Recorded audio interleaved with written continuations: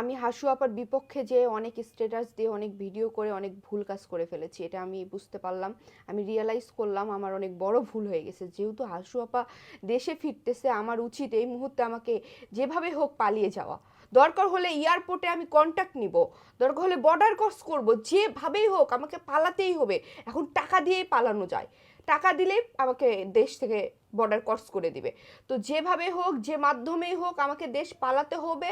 হাসু আপা চলে আসতেছে, আমার শখ নাই, আমার শখ নাই আয়না ঘরে থাকা। আপনাদের যাদের শখ আছে তারা থাকেন এ দেশে, আয়না ঘরে থাকার জন্য কনফার্ম হয়ে যান। আমার তো যেহেতু কনফার্ম লেটার একদম রেডি, সেহেতু আমাকে এখনই পালাই যেতে হবে। হাসু আপার আসার দিন এখন একদম সুর নিকটে চলে এসেছে। সো এই যেভাবে হোক আমাকে তাড়াতাড়ি তাড়াতাড়ি করে এয়ারপোর্টে টাকা দিয়ে হোক, যত যত লাখ লাখ কোটি কোটি টাকা লাগুক, আমাকে এখন পালাতে হবে। এগুলো আমার কথা, আমার কথা না, এগুলো আপনাদের কথা। এভাবে আপনারা পালান, হাসু আপা পালিয়ে যায়, এয়ারপোর্ট কন্ট্যাক্ট করে বর্ডার ক্রস করে নেতারা পালিয়ে যায়। আমি পালাবো না, আমার পালানোর কোনো শখ নাই, আমি এ দেশেই থাকবো। আমিও দেখতে চাই আমার কি হতে পারে।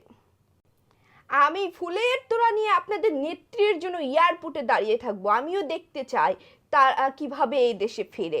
শুনেন, একটা কথা খাতা কলমে লিখে রাখেন, আপনাদের হাসু আপা এ কালে আর ইহকালে কোনো কালে কোনো দিনই আসতে পারবেন না, বাংলাদেশে ফিরতে পারবে না, দেখে নিব।